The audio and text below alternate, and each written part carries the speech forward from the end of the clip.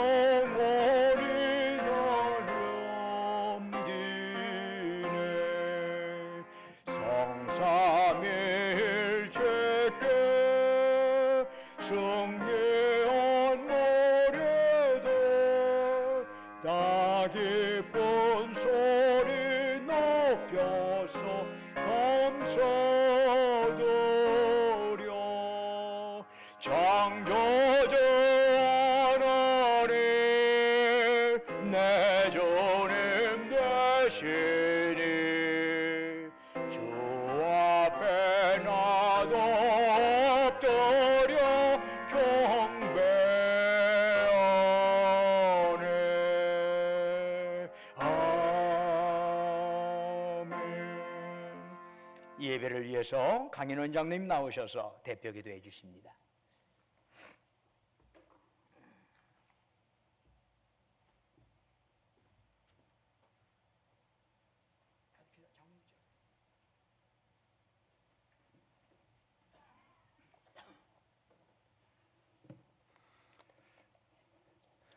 고맙고 감사하신 하나님 아버지, 거룩하고 복된 주님의 날, 오늘도 성전을 찾지 못하고 각 가정에서, 일터에서 또는 예수님 이름으로 모인 예배자들의 마음을 주장하여 주시고, 오늘 또 주님을 사랑하는 신실한 마음으로 주님께 예배드리는 주님의 자녀들을 만나 주시옵소서. 온 우주에 충만하시고 무소부재하신 하나님 아버지, 오늘 어깨는 오늘 또 마음과는 달리 교회에 오지 못하고 가정에서 영상으로 예배드리는 상한 심령들을 위로하여 주시옵소서. 언제나 하나님은 이 땅을 굽어 살피시며 지각이 있어 하나님을 찾는 자녀들이 있는지 찾고 계신다고 하셨사오니 거룩하고 복된 성일 아침 신광교회에 속한 모든 성도들의 가정을 찾아오실 수 있도록 기도와 찬양으로 예배를 준비하는 성도들이 다 되게 하여 주시옵소서. 교회에서보다도 더욱 뜨거운 몸과 마음으로 정성을 다하여 주님을 영접하게 하시고 기쁨과 감사와 주님을 향한 사랑으로 봉헌하는 은혜로운 예배가 되도록 저들의 마음을 주장하시고 축복하여 주시옵소서. 우리를 향하신 하나님의 생각은 재앙이 아니요 밝은 미래와 희망을 주는 것이라고 하셨는데 전 세계적으로 겪고 있는 이 재앙이 하나님으로부터 온 것이라면 하나님의 말씀을 바로 섬기며 살아가지 못한 지난 날들을 회개하는 심령들이 되게 하여 주시옵소서. 육신의 생각은 사망이요 영의 생각은 생명과 평안이라고 하셨사오니 우리들의 생각과 마음을 하나님 말씀 앞에 비춰보게 하시고 하나님이 떡으로만 살 것이 아니요 오직 하나님의 입으로 더 나오는 모든 말씀으로 살아가라고 하신 말씀을 다시 한번 마음 깊이 새기게 하시고 우리들의 삶 속에서 말씀을 행함으로 순종하며 하나님의 자비와 긍휼과 은총을 구하게 하여 주시옵소서. 오늘 또 여러 가지 문제로 주님께 간구하는 자녀들의 기도를 들어주시고 어려운 시절에 가정마다 일용할 양식에도 부족 없게 하시며 성도들 마음에 언제나 하늘의 평강을 누리며 살아가는 복된 자녀들이 다 되게 하여 주시옵소서. 또한 질병으로 고통당하는 자녀들의 기도를 들어주시고 가정에서 치료받고 계시는 권사님 그리고 병원에서 치료 중인 자녀들의 건강이 회복될 수 있도록 도와주시고 늘 지켜주시기를 간절히 빌고 원합니다. 특별히 지난 무더위 속에서도 연로하신 도종들의 건강을 지켜주셔서 고맙고 감사합니다.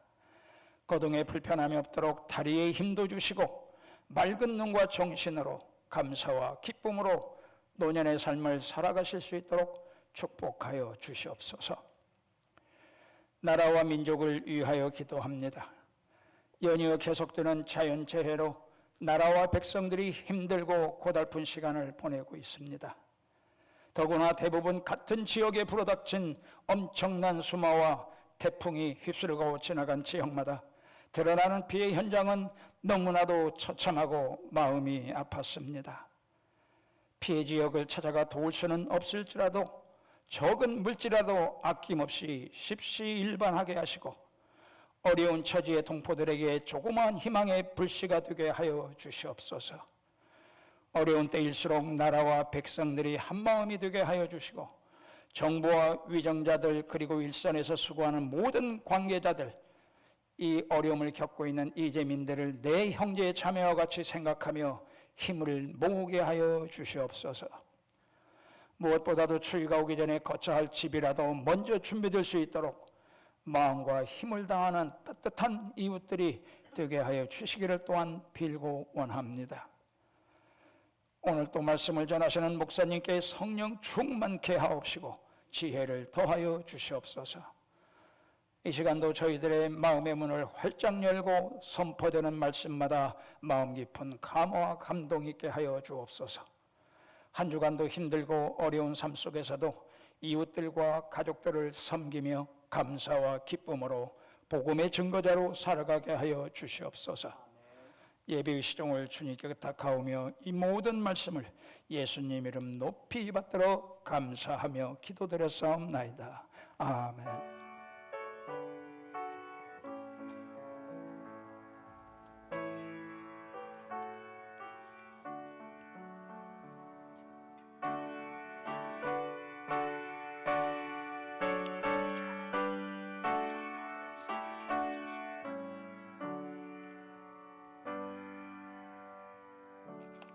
할렐루야. 오늘 교회 소식 전해드리겠습니다. 간단히 두 가지 말씀드리겠습니다. 우리 장로로 우리 전주신광교회를 섬길 자를 위해서 여러분 기도해 주시기 바랍니다. 9월 말까지 후보자들을 탐색하고는 시간을 가지려고 합니다. 정말 잘 섬길 수 있는 분 자천타천으로 해서 함께 9월 말까지 후보자 탐색하고 10월에 공고하고 11월 중에 공동회를 할 전반적인 예정을 갖고 있습니다. 무엇보다도 여기 필요한 것이 기도입니다. 어떤 사심이 들어가지 않도록 함께 기도하고 하나님의 영으로 모든 일이 잘 이루어질 수 있도록 기도해 주시기 바랍니다. 남은 수재민들 돕기 헌금 동참하는 것에 여러분 동참해 주신 것에 대해서 감사를 드립니다. 지난 2주 동안에 모은 것을 지난 금요일에 9월 11일에 남원시에 제가 직접 가서 전달을 했습니다. 얘기를 들어보니까 남원 금지 지역이 그 섬진강 뚝 터졌잖아요. 그래가지고 350명이 그 수재를 당했더군요. 다행히도 그게 낮에 뚝이 터져서 다행이지 밤중에 뚝 터졌으면 아마 큰 난리가 났을 거라고 그러더군요. 그래 갔더니 25명은 아직도 돌아갈 집이 없어가지고 아직도 귀가하지 못하고 있습니다. 그런 얘기를 하더라고요.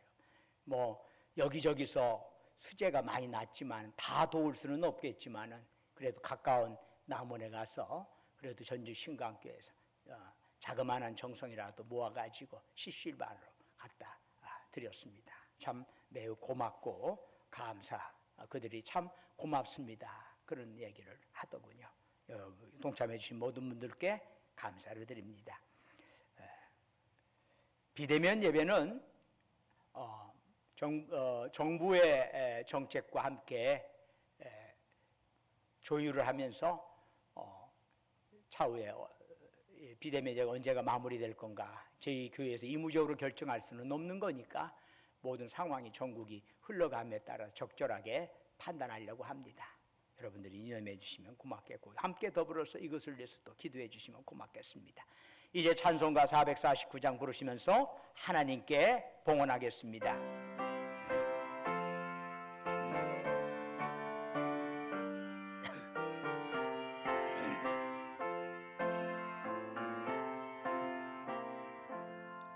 예수 따라가며 복음 선정하며 우리 행할 길 완하겠네.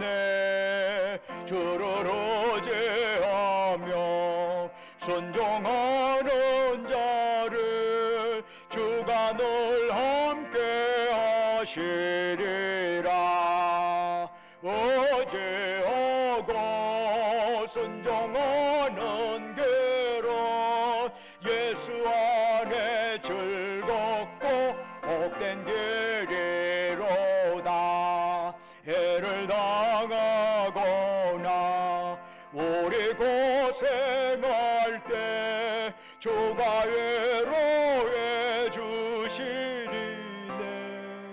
주를 의지하며 순종하는 자를 주가 안위해 주시리라. 의지하고 순종하는 길은 예수 안에 즐겁고 복된 길이로다. 남의 짐을 지고 슬픔 위로하면 주가 상급을 주시겠네. 주를 의지하며 순종하는 자를 항상 복 내려 주시리라. 의지하고 순종하는 길은 예수 안에 즐겁고 복된 길이로다. 우리 받은 것을 주께 다 드리며 우리 기쁨이 넘치겠네. 주를 의지하며 순종하는 자를 은혜 풍성케 하시리라. 의지하고 순종하는 길은 예수 안에 즐겁고 복된 길이로다. 주를 힘입어서 말씀 잘 배우고 주를 모시고 살아가세. 주를 의지하며 항상 순종하면 주가 사랑해 주시리라. 의지하고 순종하는 길은 예수 안에 즐겁고 복된 길이로다. 아멘. 아버지 하나님, 거룩한 성의를 저희들에게 허락하시고 주님 앞에 예배드리게 하심에 감사를 드립니다.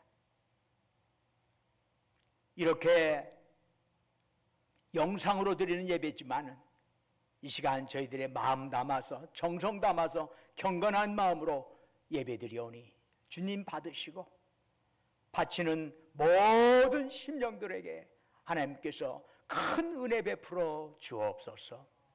아버지 하나님, 만유에 계시는 아버지 하나님, 저희들이 있는 그곳에 성령으로 충만케 역사하여 주옵시고 참으로 저희들이 드린 예배 후에 하나님 영광이요 예배드리는 우리 모두에게 은혜와 복이 넘치는 시간이 되게 하여 주옵소서. 아버지 하나님, 주님의 주신 사랑과 은혜에 감사하여 주님 앞에 헌물합니다. 11조로 범사에 감사해서 우리의 삶의 이전 곳곳에 여러 가지의 하나님의 손길 기억하면서 특별 감사 헌금으로, 주변의 어려운 이웃들을 생각하면서 사랑 나눔 헌금으로, 매주마다 약조했던 추정 헌금으로, 또한 해외 선교 헌금, 국내 선교 헌금, 그 밖에 우리 교회 여러 시설 노후화를 위해서 주님 앞에 바치는 시설 헌금도 있습니다. 또한 주님 앞에 영상으로 예배드리면서 온라인으로 주님 앞에 헌물하는 그 자들도 있습니다. 주여, 그 모든 헌물 받으시고 이 헌물 쓰여지는 곳곳마다 오직 주님의 큰 영광만이, 놀라운 생명 살림의 역사만이 나타나게 하여 주옵소서. 우리 주 예수 그리스도로 간절히 기도드립니다. 아멘. 하나님 말씀은 사도행전 19장 8절에서 10절까지의 말씀이 되겠습니다.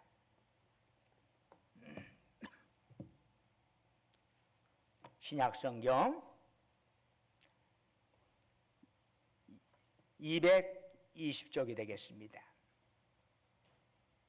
사도행전 19장 8절에서 10절까지 저와 여러분이 한 절씩 교독하겠습니다. 바울이 회당에 들어가 석 달 동안 담대히 하나님 나라에 관하여 강론하며 권면하되 어떤 사람들은 마음이 굳어 순종하지 않고 무리 앞에서 이도를 비방하거늘 바울이 그들을 떠나 제자들을 따로 세우고 두란노 서원에서 날마다 강론하니라. 함께 읽겠습니다. 2해 동안 이같이 하니 아시아에 사는 자는 유대인이나 헬라인이나 다 주의 말씀을 듣더라. 아멘. 오늘 예배드리는 여러분 모두에게, 이곳에 있는 자들과 또한 영상으로 예배드리는 모두에게 하나님의 은혜와 평강이 넘치기를 주님의 이름으로 축원합니다. 2000년 전 에베소는 로마 제국의 4대 도시에 속합니다. 또한 소아시아 반도의 최대의 도시였습니다. 지정학적으로 교통, 상업, 무역의 요충지라는 여건 때문에 돈과 권력이 그곳에 몰려들었습니다. 그러면서 에베소는 사치와 향락의 도시가 되었습니다. 특히 에베소에는 고대 세계의 7대 불가사의 중에 하나인 거대한 아테미 신전이 있었습니다. 뭐 높이가 한 100, 길이가 한 130m 정도 된다고 그러죠. 그 신전 길이가 대단한 거죠. 그 안에는 신정창녀라고 할 수 있는 여사제들이 수천 명이 있었습니다. 또한 그곳에는 사람들의 궁금증과 불안을 해소하면서 이익을 얻는 무당과 마법사들이 난무하였습니다. 바로 이런 에베소를 바울이 방문한 것입니다. 오늘 본문은 에베소에서 일어난 사건을 다루고 있는데 바울은 이전에도 에베소를 방문한 적이 있었습니다. 2차 선교 여행을 마치고 안디옥 교회로 귀환하던 중에 그가 탄 배가 잠시 에베소에 머문 적이 있어요. 그러자 바울이 그 배가 출항하기 전까지의 틈을 이용해서 에베소에 있는 유대인 회당을 방문했고 그곳에서 복음을 전했던 겁니다.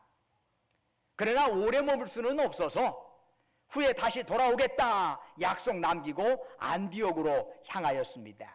그때 바울은 복음을 더 듣지 못해 아쉬워하는 그리스도인들을 위해서 안디옥 교회까지 자기를 따라오겠다고 하는 브리스길라 아굴라 부부를 강제적으로 그 에베소에 머물게 했습니다. 그들을 돌보라고. 이제 바울은 3차 선교행을 시작하면서 에베소를 다시 방문하게 됩니다. 바울은 이전에 잠시 들렀던 유대인 회당에서 석 달 동안 복음을 전하였습니다. 그 결과는 어떠했나요? 사도행전 19장 9절 상반부는 이렇게 보도합니다.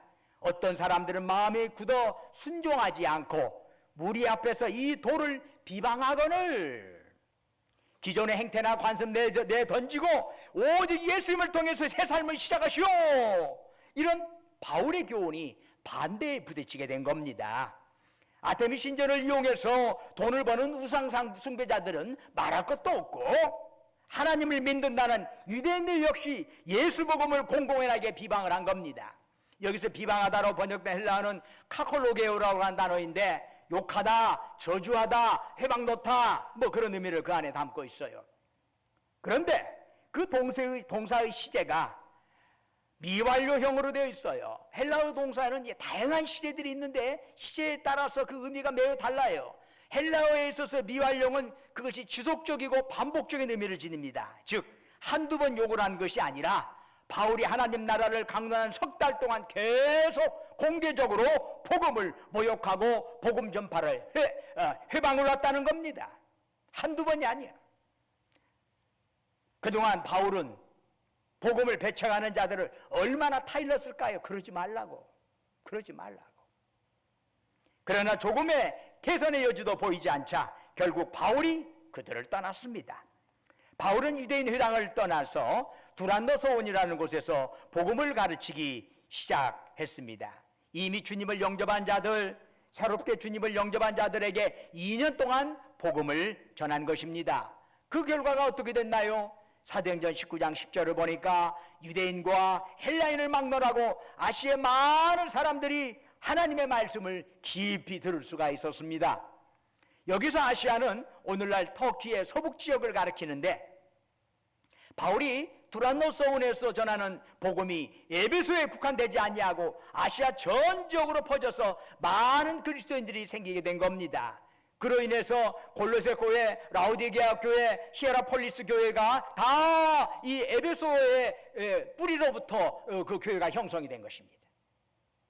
이 두란노소원에서 2년 동안 바울이 가르쳤던 것들이 그게 엄청난 파장을 불러일으킨 거지요. 그런 것 보면 참 신기한 면이 있어요. 만일 유대인 회당에 회방꾼이 없었다면 바울은 어땠을까요? 아마 계속 유대인 회당에서 편하게 복음을 전했을 것이고 그러다 보면은 그의 복음을 듣는 대상이 유대인 범주를 넘지 못했을 겁니다. 그러나 회방꾼들이 있었기 때문에 바울은 회당을 떠났고 그래서 인종을 불문하고 복음을 전하게 된 거지요. 참으로 신비로운 하나님의 섭리가 아닐 수가 없습니다. 성경과 2000년의 교회사를 살펴보면 복음은 마치 강물처럼 흘러가는 것을 보게 됩니다. 발원지에서 바다에 이르기까지 일직선으로 내리꽂는 강은 하나도 없습니다. 일직선으로 내리꽂으면요 물고기 살기가 쉽지 않아요. 다양한 생물들이 그 안에 살기 어려워요. 강은 그런데 언덕이나 산 같은 장애물을 만나게 되면서 그 흐름의 방향을 바꾸게 되지요. 그러면서 강은 그야말로 굽이 흐르게 되는 것입니다. 그러면서 많은 생명들이 그 흐름에서 살아가게 됩니다. 복음 역시 장애물 없이 일직선으로 흘러내리는 것이 아닙니다. 반드시 곳곳에 회방꾼들이 도사리고 있어요. 그래서 전혀 예상치도 못한 것으로 복음은 굽이 2000년 동안 흘러왔습니다. 그 결과 지중해, 대서양, 태평양을 건너 우리가 살고 있는 한반도에까지 복음이 전해진 것 아니겠습니까? 결국 과거에도 지금에도 복음의 해방꾼들은 여전히 존재합니다. 교회 밖에도 존재하고 교회 안에도 존재합니다. 그러나 오히려 그들 때문에 복음이 예기치 않은 것으로 전해지고 확산되어 가는 것을 보게 됩니다. 악을 선으로 바꿔주시는 놀라운 하나님의 섭리와 능력이 있기 때문이지요. 그런데 오늘 본문의 구절을 보니까 바울은 두란네 서원에서 가르치기 전에 먼저 제자들을 따로 세웠다고 기록하고 있습니다. 여기서 제자들은 어떤 자들일까요? 2차 선교 여행을 매듭짓고 안디옥교로 귀환하는 중에 잠시 에베소에 머물 때 바울이 전한 복음을 듣고 주님을 영접한 사람들이 있죠. 뿐만 아니라 바울이 에베소에 체류기한 브리스길라 아굴라 부부로부터 복음을 듣고 주님을 영접한 사람들이 있습니다. 그런가 하면 3차 선교 여행 중 에베소를 다시 찾은 바울을 통해서 주님을 영접한 사람들, 이들 모두를 아울러서 제자들이라고 지금 하고 있습니다. 즉 당시에 에베소에는 이미 주님을 영접한 다수의 그리스도인들이 있었던 것입니다. 많은 우상, 아데미 신전으로 중심으로 해서 거대하게 사치와 향락과 성적 타락이 이루어지는 그 에베소에서 자, 그리스도인들은 그럼 어떻게 살아야 할까? 그들은 우상 숭배자들의 반대가 있어요. 그뿐만 아닙니다. 하나님을 믿는다는 유대교인들의 반대도 있어요. 이 속에서 그리스도인들은 어떤 처신을 해야 할까요? 바울은 그리스도인들과 힘을 합쳐서 복음의 해방권들과 맞서 싸우지 않았습니다. 대신 바울은 그들을 떠나 에베소 그리스도인들을 따로 세웠습니다. 여기서 따로 세우다로 번역된 헬라어 동사는 아포리조라고 하는 단어인데 그 의미는 경계선을 그어 구별하다, 그런 뜻이요. 바울은 복음을 배청하는 자들과 자신을 구별한 것입니다. 여러분, 교회가 헬라어로 에클레시아 그러죠? 에클레시아라고 그래요. 에클레시아라고 하는 단어는 두 단어가 합쳐진 거예요. 에크라는 단어와 칼레오라는 단어. 에크라고 하면 바크로라는 뜻이고 칼레오라고 하면 부르다라는 뜻이에요. 그래서 에클레시아의 문자적인 의미는 밖으로 부르다라는 뜻이에요. 즉 교회는 세상 밖으로 주님의 부르심을 받은 사람들의 모임이라 할 수 있습니다. 그런 점에서 우리 믿는 자들은 세상 속에 살면서도 동시에 세상 밖으로 주님의 부르심을 받은 자들이라 할 수 있습니다. 주님은 왜 우리를 세상 밖으로 부르신 걸까요? 세속적인 방식으로 살지 말고 세상과 구별된 삶을 살도록 하기 위해서입니다. 그것을 한 단어로 말하면 무엇인가요? 바로 거룩입니다. 거룩.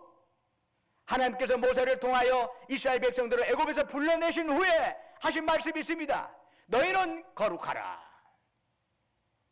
그러면 거룩을 위하여 바울이 먼저 시도한 일은 무엇일까요? 이미 복음을 영접한 그리스도인들에게 두란노 서원에서 날마다 말씀을 강론하였습니다. 그것이 우선이라고 여겼던 거지요. 여기서 서원으로 번역된 헬라어는 스콜레라고 하죠. 이 스콜레라는 단어에서 학교를 의미하는 영어 스쿨이라는 단어가 나왔습니다. 그런데 본래 이 스콜레는 토론이나 강연이 이루어지고 때로는 사람들이 여가를 즐기기도 하는 공간을 의미했습니다.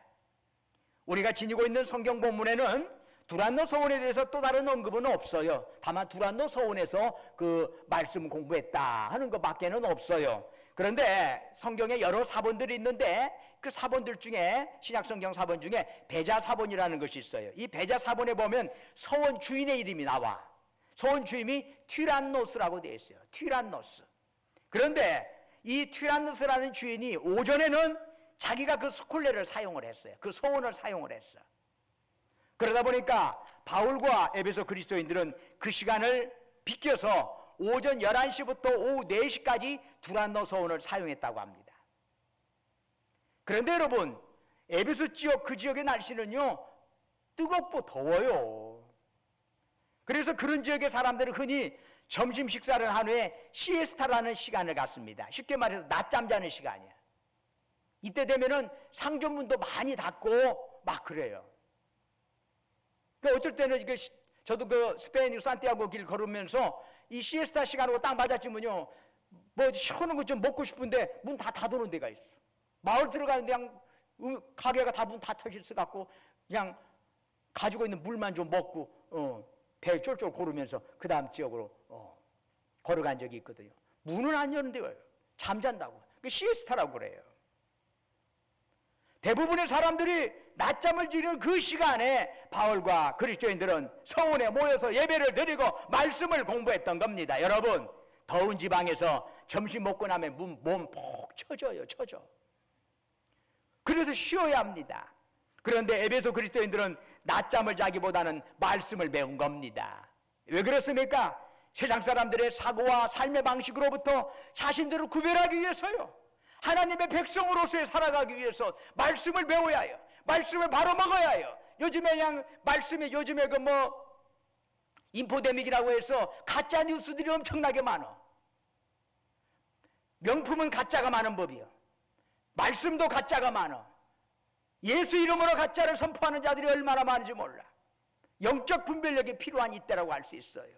입맛 달짝 찍어넣다고 꿀꿀꿀 삼겼다가 이빨 다 썩고 속 다 베려. 내 입맛에 맞는 것이 아니라 하나님의 입맛에 맞아야지. 오늘날 새롭게 말씀으로 다시 돌아가야.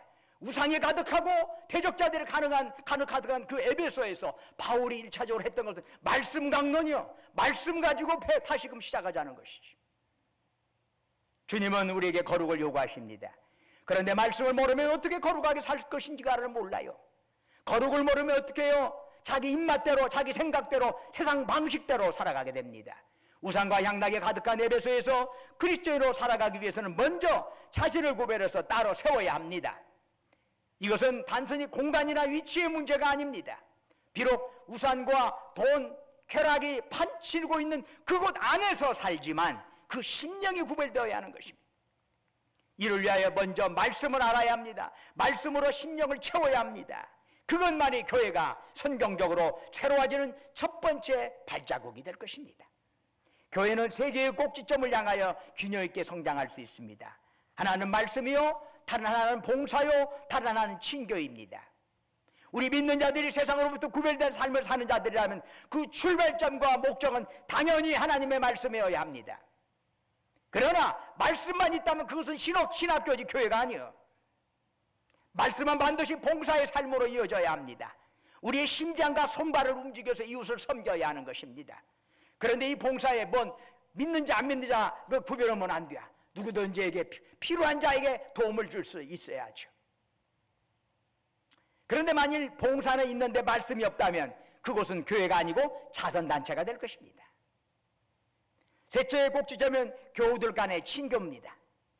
서로 간의 친교를 통해서 말씀과 봉사가 지속될 수 있는 것입니다. 친교는 헬라어로 코이노니아지요. 성도들 간에 서로 격려하고 믿음의 용기를 북돋아 주는 겁니다. 이런 친교를 통해서 우리 성도들은 하나가 되고 힘을 얻어서 세상 안에서 살지만 세상과 구별된 삶을 우리는 손잡고 함께 걸어갈 수가 있는 것입니다.